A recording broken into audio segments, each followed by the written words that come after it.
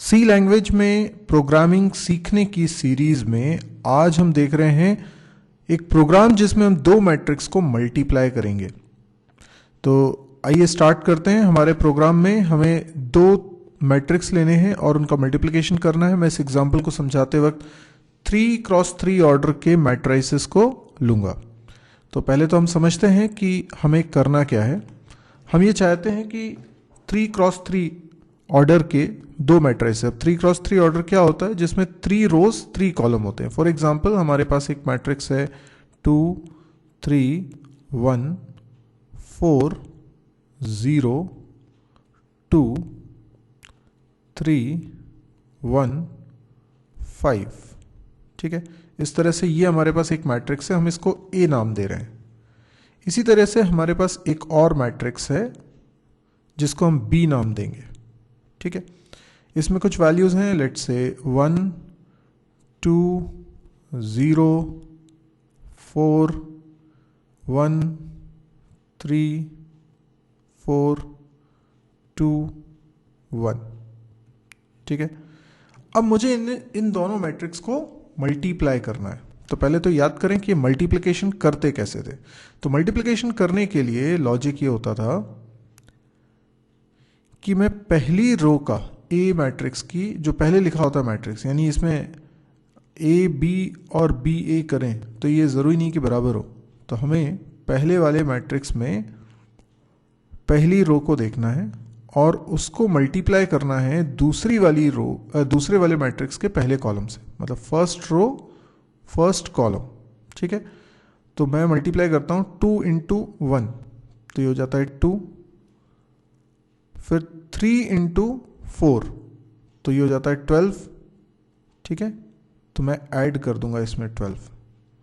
फिर 1 × 4, तो ये हो जाता है 4। ठीक है, ये मेरा पहली पोजीशन का एलिमेंट बनेगा। अभी मैंने ये पूरा लिखा है, तो ये बेसिकली कितना हो गया? 12 + 2 14, 14 + 4 18, तो दिस इज 18, राइट? तो मैं इसको 18 लिखूंगा। ओके, अभी अगली वैल्यू के लिए आप पहली रो का दूसरे कॉलम के साथ मल्टीप्लाई करिए। तो 2 2 ज़ा 4, 3 1 ज़ा 3, 4 + 3 7, प्लस 1 × 2 2, 7 + 2 9, तो ये यहाँ आ जाएगा 9। अब मैं डायरेक्टली लिख रहा हूँ। फिर इस पहली रो का मल्टीप्लाई थर्ड कॉलम से, तो 2 × 0 0, 3 3 ज़ा 9, 9 + 1 10, तो ये हो गया 10। ठीक है, इसी तरह से सेकेंड रो का मल्टीप्लाई फर्स्ट कॉलम से करें, तो 4 0 और 8, तो 12 हो गया। फिर पहली ये दूसरी रो का मल्टीप्लाई दूसरे कॉलम से, तो 4 2 ज़ा 8 + 0 + 4, तो ये भी 12। देन दूसरी रो का मल्टीप्लाई तीसरे कॉलम के साथ, तो ये 0 0 × 3 भी 0, 2 × 1 is 2। इसके बाद फिर तीसरी रो का मल्टीप्लाई पहले कॉलम के साथ, तो 3 + 4 7, 7 + 20, तो 27। पहली ये तीसरी वाली रो का मल्टीप्लाई दूसरे वाले कॉलम के साथ, तो 3 2 ज़ा 6 + 1 7, 7 और 10 17, ये 17 हो गया। फिर तीसरी रो का मल्टीप्लाई तीसरे कॉलम के साथ, तो 3 × 0 0, फिर 3 + 5 8। तो इस तरीके से ये मल्टीप्लिकेशन आ गया। अब ये मल्टीप्लिकेशन का प्रोग्राम बनाने के लिए पहले तो हमें दो मैट्रिक्स इनपुट कराने होंगे। यानी अगर हम इसको आउटपुट स्क्रीन एज्यूम कर लें तो हम चाहेंगे कि यहाँ पर एक मैसेज लिखा हुआ है, enter 9 numbers for first matrix, और फिर मैं 9 नंबर्स एंटर कर पाऊँ। ऐसा करने के लिए मुझे कैसी कोडिंग लिखनी पड़ेगी? आइए थोड़ा सा पहले कोड बनाते हैं, फिर हम ये लॉजिक बनाएंगे कि मल्टीप्लिकेशन कैसे करना है। तो ये मैं प्रोग्राम यहाँ बना रहा हूँ। सबसे पहले मैंने लिखा void main। Okay, main function के अंदर हमने सबसे पहले एक एरे बनाया 3 × 3 का, फिर हमने एक और एरे बनाया 3x3 का, एक और एरे बनाया जिसमें हम रिजल्ट रखेंगे, वो भी 3x3 का होगा। हम जानते हैं कि किसी भी 3x3 के दो मैट्रिक्स का मल्टीप्लिकेशन भी 3x3 ही आता है, ये भी हमने एग्जांपल में देखा भी। फिर मुझे दो और वेरिएबल्स की ज़रूरत पड़ेगी, मैं वो बना लेता हूँ आई जे, और एक और पड़ेगी के। अभी मैं इसका रीज़न भी बताऊँगा। अब मुझे यूज़र से वैल्यूज़ एंटर करवानी है, तो मैंने लिखा प्रिंट एफ एंटर 9 नंबर्स, ठीक है, enter 9 numbers for first matrix. देखिए, मैंने आपको बताया था कि किसी भी प्रोग्राम को बनाते वक्त आपको समझ में नहीं आ रहा है कैसे स्टार्ट करना है, तो हमेशा पहले आप आउटपुट स्क्रीन इमेजिन करिए। जैसे कि मैंने आउटपुट स्क्रीन इमेजिन करी और मैंने इमेजिन किया कि यहाँ पर क्या देखना चाहिए, तो मुझे ऐसा लगा कि मुझे देखना है यहाँ पर दो मैट्रिक्स एंटर करवाने के लिए enter 9 numbers for first matrix. तो मुझे तुरंत क्लिक कर गया कि यहाँ पर प्रिंट एफ लिखना चाहिए। तो जो समझ में आता जा रहा है हम वो लिखते जाएं। अब मुझे ये भी मालूम है कि 2 डायमेंशनल एरे में इनपुट कैसे लिया जाता है। यहाँ पर 2 इंडेक्स होते हैं, आप देख सकते हैं यहाँ पर एक इंडेक्स है जिसकी वैल्यू 0 से 2 तक होगी क्योंकि यहाँ 3 लिखा है, और इस इंडेक्स की वैल्यू भी 0 से 2 तक होगी क्योंकि यहाँ भी 3 लिखा है। तो हमेशा जब भी आप 2 डायमेंशनल एरे में इनपुट कराएंगे तो आपको लूप की नेस्टिंग करनी पड़ेगी। फॉर लूप मैंने लगाया यहाँ पर, आई की वैल्यू 0 से स्टार्ट कर रहा हूँ, आई पहले ही मैं डिक्लेयर कर चुका हूँ, उसकी वैल्यू 2 तक जाएगी, और आई प्लस प्लस, इस तरीके से ये लूप चलेगा। और इस लूप के अंदर एक और लूप लगेगा जिसमें हम j की वैल्यू 0 से स्टार्ट करते हुए j <= 2 तक चलाते हैं, और j प्लस प्लस। इसके अंदर हम लिखने वाले हैं scanf। ये जो scanf है इसमें हम लिखेंगे %d, क्योंकि हम एक वैल्यू एंटर करा रहे हैं int टाइप की, और वो वैल्यू जाएगी एरे a में जिसका इंडेक्स होगा ij।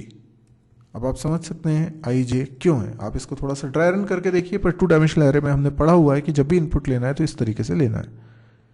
i की वैल्यू जब 0 है और ये कंडीशन ट्रू है तब हम इस लूप को पूरा चलाएंगे, मतलब j की वैल्यू 0 के लिए, 1 के लिए और 2 के लिए।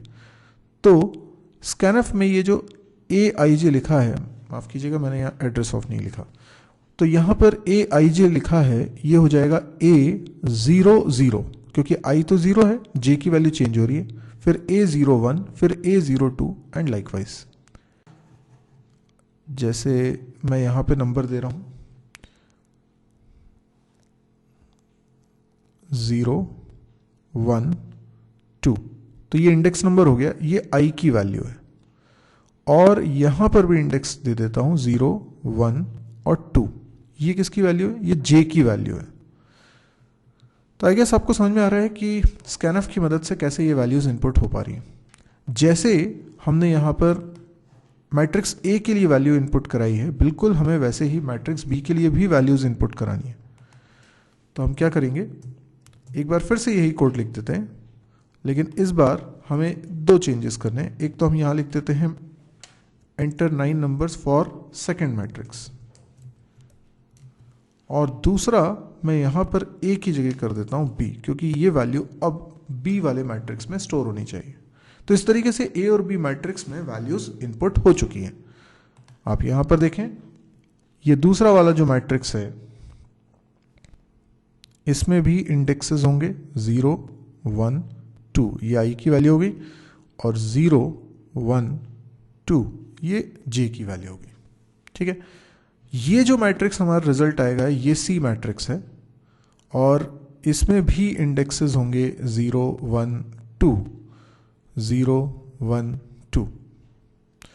तो अब जब हमारी वैल्यूज इनपुट हो चुकी हैं तो अब अगला काम ये है कि हम वो लॉजिक बनाएं। तो अगर आप पहली बार प्रोग्राम बना रहे हैं, मतलब अभी आप बिगनर हैं, तो आपको क्या करना है, पहले आउटपुट इमेजिन करना है कि कैसा होना चाहिए। आपने जो इमेजिन किया उसके अकॉर्डिंग आपने ये इनपुट भी करा लिया। अब आपको बेसिक स्केलेटन प्रोग्राम का समझ में आ गया, लेकिन आपको ये नहीं समझ में आ रहा है कि अब इसको कैलकुलेट कैसे करेंगे सिंपलेस्ट वे में। तो आइए अब उसका लॉजिक बनाते हैं। तो ये देखिए, हम लॉजिक अब बनाने की बात कर रहे हैं।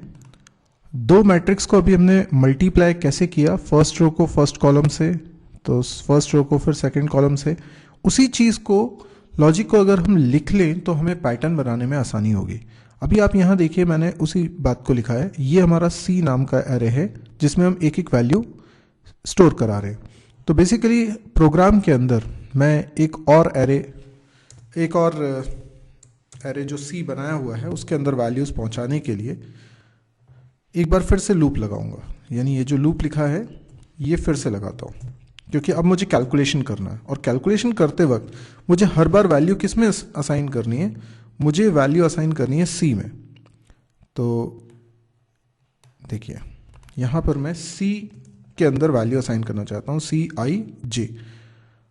क्या आप ये बात समझ पा रहे हैं कि मुझे सी वाले एरे में दोनों मैट्रिक्स का मल्टीप्लिकेशन रखना है। इस एरे के अंदर 9 एलिमेंट्स रखे जा सकते हैं। वो एलिमेंट्स कहाँ रखे जाएंगे? तो वो एलिमेंट्स रखे जाएंगे C0 0, ये देखिए ये 0 है, 0 0, फिर ये 0 1 0 2 1 0 1 1 1 2 2 0 2 1 2 2।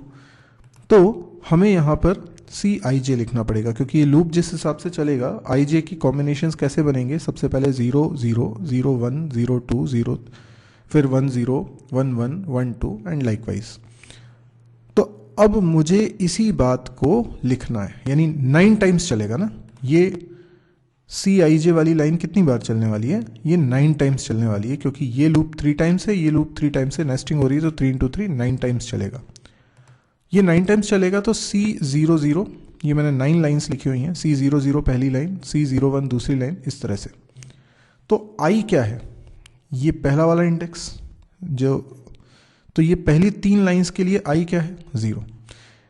यानी जब ये लूप चलेगा I की वैल्यू शुरुआत में 0 रहेगी, कंडीशन ट्रू रहेगी, उसके बाद आप अंदर वाला लूप चलाते हैं। ध्यान रखिए, अंदर वाला लूप जब पहली बार चलेगा तो I की वैल्यू 0 है। तो I की वैल्यू 0 फिक्स रखते हुए J की वैल्यू चेंज होती है, J की वैल्यू 0 1 2 तक होती है।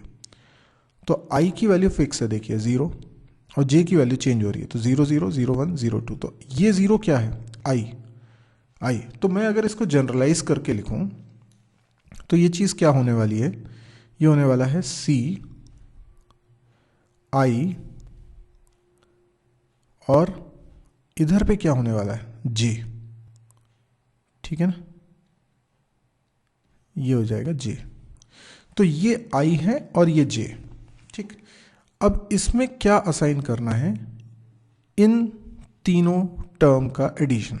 अब ये तीनों टर्म में ज़रा एक बार इसको जनरलाइज करने की कोशिश करें तो आप देखेंगे हम यहाँ लिख रहे हैं A of, this is what, I। ये भी तो 0, फिर इन 3 लाइन्स के लिए 1, फिर 2, तो यहाँ पे भी I लिखते हैं। देखिए मैं सिर्फ जनरलाइज करने की कोशिश कर रहा हूँ, और ये वैल्यू तो 0 ही है सभी में, देखिए। ओके, फिर इसमें मल्टीप्लाई कर रहा हूँ किसका? B ऑफ 0 तो फिक्स है, किसका मल्टीप्लाई कर दूँ? J का।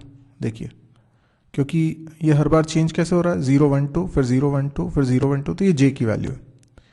इसमें क्या ऐड करूँगा? इसमें ऐड करूँगा A ऑफ, देखिए ये फिर I है, 0 1 2, तो I, और फिर दूसरा वाला फिक्स है 1, और फिर इसमें मल्टीप्लाई करूँगा B ऑफ, ये 1 फिक्स है, इसको देखिए पूरे में 1 है, देखिए, और J, ये J फिक्स है ना। फिर इसमें क्या ऐड करूँगा? इसमें ऐड करूँगा A ऑफ, I फिक्स है, देखिए ये 0, फिर 1, फिर 2, तो ये I, और ये 2 फिक्स है। ठीक है ना। इसमें मल्टीप्लाई किसका कर रहा हूँ? इसमें मल्टीप्लाई कर रहा हूँ B ऑफ 2 फिक्स है, देखिए 2 इंटू J। ठीक है ना। तो बेसिकली मुझे यहाँ क्या करना है? मुझे मल्टीप्लाई करना है। मल्टीप्लाई करना है 3 बार, और जो रिजल्ट आए उनको ऐड करके CIJ में असाइन करना है। तो मैं ये सोचता हूँ कि कोई एक सम नाम का वेरिएबल हो, ठीक है ना, एक सम नाम का वेरिएबल हो और सम वेरिएबल में जो आ जाए कैलकुलेट होके वो असाइन हो जाए किसमें, CIJ में। और सम में क्या आ जाए, ये जो 3 लाइंस मैंने लिखी ना, AI0 का मल्टीप्लाई B0 J से, और ये तीनों लाइंस, इन तीनों लाइंस को ऐड कर दिया जाए, इन तीनों को ऐड कर दिया जाए तो क्या हो जाएगा, सम की वैल्यू आ जाएगी। अच्छा, आप एक चीज़ नोटिस करिए, इसमें इसको अगर जनरलाइज करना है तो बड़ा ही सिंपल है। यहां पर I तो फिक्स है ना, कैसा हो रहा है, A ऑफ I ये चेंज हो रहा है, 0 फिर 1 फिर 2, तो इसको मैं एक तीसरा वेरिएबल ले लेता हूं K, ठीक। और इसमें मल्टीप्लाई किसका करता हूं, B ऑफ, इधर भी क्या है 0 1 2 मतलब K, ठीक है। और मल्टीप्लाई किसका कर रहा हूं, ये इंडेक्स क्या है J, ठीक है, तो BKJ। अच्छा, K की वैल्यू 0 से 2 तक है, तो एक लूप लगाया जा सकता है और इनको ऐड किया जा सकता है। तो मैं सम नाम के वेरिएबल में इनिशियली रखता हूं 0, ये सम नाम का वेरिएबल है। जब जब इस वाले लूप के अंदर आएंगे, I वाले लूप के हर रो के लिए, क्योंकि मुझे कैलकुलेशन करना होगा हर बार, हर रो के लिए भी नहीं, हर वैल्यू के लिए। आप देखिए यहाँ पे जब मुझे C00 की वैल्यू निकालनी है तो मुझे 3 नंबर्स को ऐड करना है ना, फिर C01 के लिए फिर 3 नंबर्स को ऐड करना है, तो मुझे क्या करना होगा, इस वाले लूप के अंदर ही एक और लूप लगाना होगा जो कि K की वैल्यू 0 से लेकर K less than equal to 2 तक जाएगा, K प्लस प्लस, ठीक है ना। तो पहले तो मैं सम करूंगा, सम में असाइन करता हूं सम प्लस, पर ध्यान रहे सम की वैल्यू पहले मुझे क्या कर लेनी चाहिए, 0, ताकि गार्बेज वैल्यूज के साथ एडिशन ना हो जाए। तो सम में असाइन करता हूं, क्या असाइन करूंगा, okay, A of I K into B of K J, ठीक है, यही अभी अपन ने लिखा था। तो क्या होगा, ये तीनों ऐड हो जाएंगे ना, ये तीनों ऐड हो जाएंगे, तो K की वैल्यू चेंज होती रहेगी, I और J तो अपनी जगह पर फिक्स रहेंगे। तो जब इस लूप के अंदर आए तो I और J,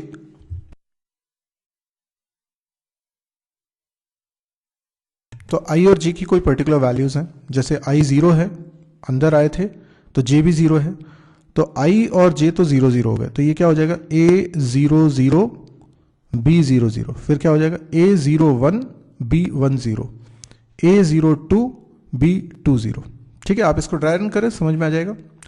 और सम की वैल्यू मैं किस में असाइन कर दे रहा हूँ, मैं असाइन कर देता हूँ CIJ में।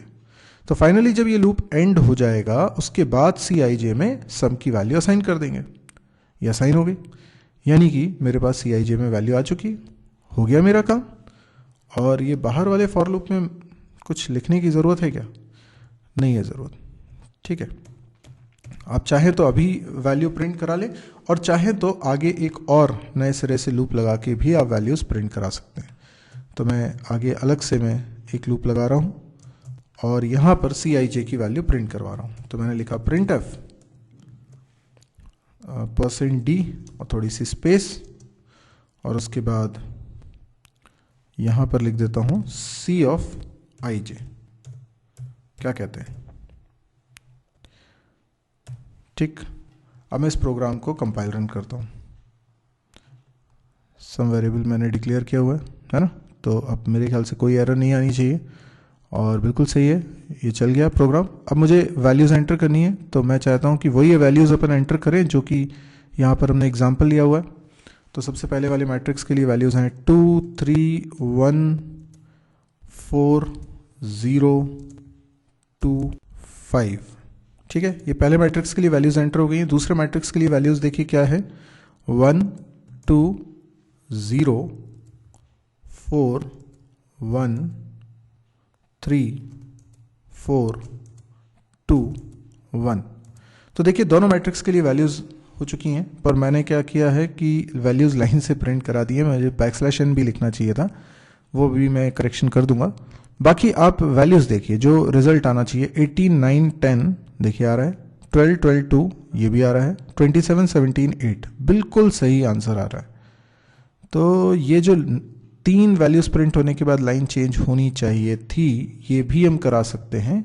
इसके लिए हमें सिर्फ क्या करना है, ये जो बाहर वाला लूप है ना, ये वाला लूप इसके अंदर कर देता हूँ, ठीक है। और ये लूप खत्म होते ही, कौन सा वाला, अंदर वाला लूप खत्म होते ही, ओके आई गेस ये एक्स्ट्रा लग गया है। ये वाला printf 3 बार चलेगा, उसके बाद क्या होना चाहिए, लाइन चेंज, तो \n, ठीक है ना। अब क्या होगा, वो अलग अलग लाइन से प्रिंट हो जाएगा। तो एक बार ये फॉर लूप पहले पूरा चल जाएगा तो 3 वैल्यूज प्रिंट हो जाएंगी, उसके बाद लाइन चेंज होगी, ठीक है। एक बार चाहे तो हम फिर से इसको रन करके देख सकते हैं। ये मैंने रन किया, अगेन सेम वैल्यूज एंटर करता हूँ, 2 3 1 4 0 2 3 1 5।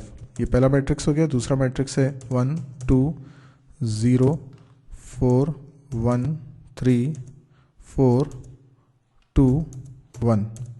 देखिए अब ये हमको थोड़ा ठीक दिख रहा है, 18 9 10 12 12 2 27 17 8। तो यही हम चाहते थे।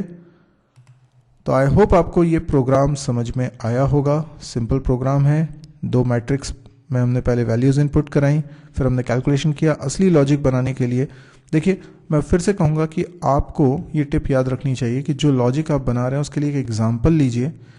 आपने जो भी एग्जाम्पल लिया है उसको लिख कर देखिए कि आपने एग्जैक्टली किया क्या है, क्योंकि अगर आपको ये स्टेप समझ में आएंगी कि वो स्टेप्स क्या हैं जिनको परफॉर्म करके आपका रिजल्ट आया है इस एग्जाम्पल को लेकर, तो उसके बाद ही आप उसको इजीली जनरलाइज कर पाएंगे। तो जनरलाइज करने के लिए पहले आप एक केस को तो, एक एग्जाम्पल को तो एक्सप्लोर करिए। तो ये प्रैक्टिस में ज़रूर लाइए। यदि आपको ये वीडियो पसंद आया हो तो आप इसे लाइक करिए। यदि आपको लगता है कि इस तरह के और वीडियोस देखने में आप इंटरेस्टेड हैं तो आप इस चैनल को ज़रूर सब्सक्राइब करिएगा।